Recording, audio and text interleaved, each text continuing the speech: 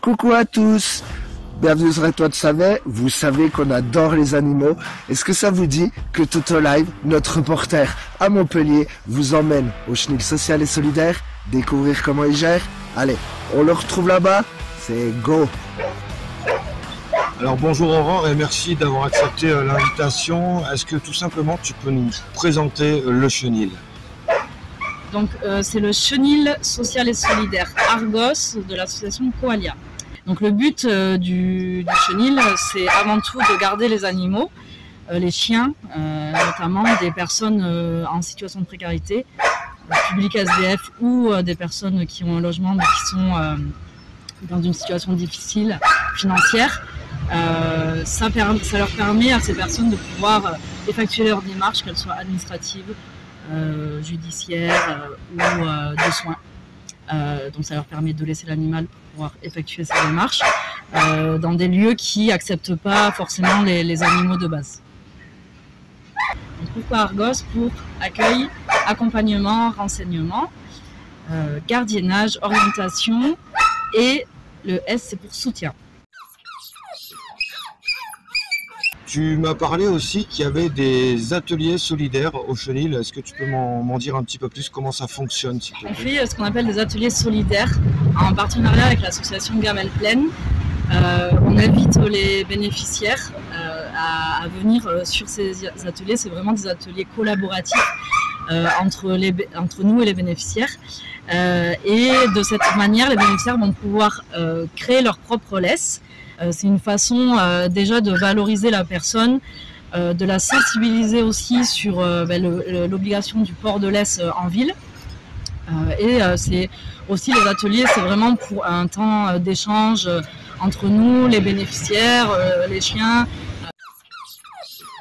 Et quand on a l'occasion, il y a une éducatrice canine qui vient et qui peut donner des conseils canins. Sur l'éducation, sur le comportement. Oui, sur les petits problèmes de comportement qu'il peut y avoir avec les chiens. Donc voilà, après c'est pas les ateliers, c'est pas un cours d'éducation, on fait vraiment des conseils canins, petits conseils canins, en plus des ateliers de fabrication de laisse et de jeux d'occupation. S'il y a vraiment besoin d'un cours d'éducation à proprement dit, là on va prendre un temps plus long. Là ça va être vraiment que des conseils. Et ça va nous permettre aussi, s'il y a un propriétaire qui a un besoin spécifique, de capter ce besoin et de s'en servir sur un autre moment où on pourra travailler ce besoin au Chenil. Et est-ce qu'il y a une collaboration entre les bénéficiaires du Chenil? Est-ce que des fois il y en a qui viennent jouer, il y en a qui nettoient les caches, ce genre de choses? Au Chenil, on n'est pas là que pour garder les chiens. On essaye de créer de la collaboration avec les bénéficiaires. Les bénéficiaires qui viennent nous déposer leurs chiens, ils ne font pas que nous déposer leurs chiens. Quand ils ont du temps libre, ils nous proposent de nous aider à faire vivre le Chenil, à améliorer le terrain. Donc, par exemple, ils vont nous proposer de créer un salon de jardin. Ça, c'est des choses qu'on a pu faire ensemble. Les bambous qui poussent sur le terrain, ils vont nous proposer d'élaguer les bambous pour rendre le terrain plus accessible aux chiens. Donc vraiment, au Chenil, on a vraiment à cœur de faire vivre le Chenil en partenariat, en fait, clairement avec les bénéficiaires. Donc c'est vraiment de la collaboration. On fait pas que garder les chiens. On fait participer activement les bénéficiaires.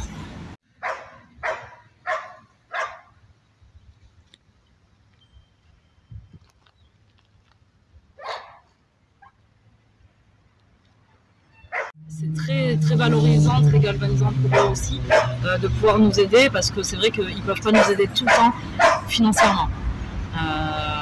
Déjà que pour la garde du chien, on essaie de demander une petite participation financière pour les responsabiliser aussi. Donc c'est pas facile pour eux de donner une participation financière. S'ils peuvent compléter en participant au Chenil, ils le font vraiment avec plaisir. Un petit peu nettoyage de la cage, oui, ce genre de choses. Alors ça, c'est vrai qu'on leur propose, quand ils récupèrent leur animal, de nettoyer le Chenil quand ils partent. Donc ils peuvent faire ça s'ils ne peuvent pas payer la garde du jour. Et même s'ils peuvent la payer, ils le font quand même parce que c'est un peu dans le cadre du chenil, on essaye. Ça les change. Ouais. Ça leur change les idées. C'est vrai qu'il y a des personnes qui sont dans la rue, qui tournent en rond toute la journée. Donc pour eux, c'est donnant-donnant en fait. Nous, ça nous aide, ça nous fait plaisir de les avoir au chenil, et ça nous fait plaisir de voir que eux, du coup, ils se focalisent sur quelque chose d'intéressant. On a pas mal d'associations à Montpellier qui aident les gens en précarité. Je pense notamment à La Cloche ou à la Bulle Nomade. Est-ce que vous mutualisez vos efforts avec les bénéficiaires rencontrés que chacun des publics rencontrés par ces assos? Est-ce qu'il y a une mutualisation? Donc bien évidemment, Chenil, on travaille en partenariat avec toutes les structures sociales de Montpellier. L'une de nos missions, c'est l'orientation. Par exemple, un bénéficiaire qui va venir au Chenil, qui vient d'arriver sur Montpellier, on va pouvoir prendre un temps d'échange avec cette personne pour pouvoir l'orienter. Nous, notamment à Coalia, on a une structure qui est vraiment juste à côté du Chenil, qui s'appelle le CON, le Centre d'accueil d'urgence de nuit, qui va accueillir les personnes qui passent par le 115 pour rechercher un hébergement d'urgence. Donc ces personnes, elles vont être accueillies pour la nuitée au CON et elles peuvent venir avec leur animal. Pour nous, le CON de Coalia, c'est vraiment un partenaire privilégié parce que les personnes, à 9h du matin, elles doivent quitter le logement. Donc elles peuvent à 9h quitter le logement et venir déposer leur chien au Chenil pour pouvoir effectuer leurs démarches qu'elles ont à faire tout au long de la journée. Récemment, on a eu un appel du SAMU social qui devait accompagner une personne SDF qui devait se faire hospitaliser en urgence sur la journée. Donc ils nous ont contactés pour savoir si on pouvait les aider. Donc nous, on a proposé qu'ils nous emmènent le chien de cette personne dès 8h30 du matin, dès l'ouverture. Comme ça leur a permis d'accompagner la personne à l'hôpital pour qu'il puisse effectuer tous ces rendez-vous dont il avait besoin sur la journée. Et le soir, le SAMU social est venu à 18h récupérer les chiens. Donc voilà, ça a permis à cette personne d'être accompagnée pour pouvoir effectuer ses soins. Et nous, on a gardé les chiens, donc ça a permis vraiment de sécuriser et d'organiser l'accompagnement global. L'ensemble. Voilà, vraiment la globalité de l'accompagnement. Et donc là, tu me disais qu'on était sur un chenil accueil de jour et que vous souhaiteriez passer à une formule H24. Actuellement, le chenil est ouvert seulement la journée. Donc on accueille les chiens du lundi au vendredi de 8h30 à 18h, hors jour férié et hors week-end. On a quand même pour projet d'ouvrir le chenil 24h sur 24, 7 jours sur 7. Garder les chiens de personnes âgées isolées. Si mes renseignements sont bons, le terrain là qui est utilisé pour le chenil, c'est la mairie qui vous le prête. Et est-ce qu'il y a d'autres partenaires? Là, on voit tous ces box là, tu m'as dit ça coûtait à peu près 2000 €. Est-ce qu'il y a des personnes qui vous financent, qui vous aident autres que la mairie?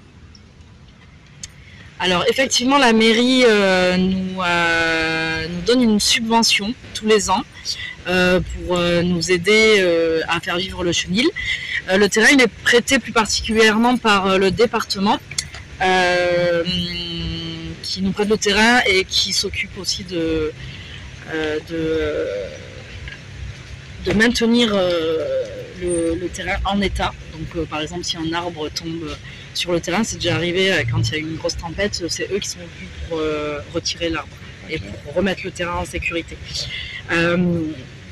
On a eu récemment un financement de la Fondation Brigitte Bardot, qu'on remercie encore, qui nous a offert 4 chenils supplémentaires. Parce qu'aujourd'hui, on n'en avait que 5 et on est habilité à avoir 9 places au chenil. Donc, ils nous ont offert 4 chenils supplémentaires qu'on vient de monter. Et justement, sur ce point-là, les plusieurs bénéficiaires nous ont proposé leur aide pour finaliser le montage des chenilles, donc notamment tout ce qui va être l'azurage, du bois. Donc là, on va organiser une journée dédiée à ça, à la finition. Ça revient à ce que tu m'as dit tout à l'heure, où justement les bénéficiaires peuvent... C'est le travail en collaboration toujours. Les bénéficiaires sont contents de pouvoir apporter leur aide, leur patte, faire travailler aussi leurs compétences. Là, par exemple, j'ai un bénéficiaire qui est venu cette semaine me déposer son chien. Il a vu qu'il y avait des bambous qui commençaient un petit peu à dépasser de la clôture, donc il a proposé, il était ancien paysagiste, donc il a proposé de couper les bambous. Donc voilà, c'est vraiment... tous les jours, les bénéficiaires nous proposent leur aide. Donc là, c'est avec plaisir qu'on va monter, on va organiser cette journée. On verra, on fera peut-être un barbecue le midi. Voilà, c'est vraiment l'aspect convivial qu'on aime retenir sur le chenil.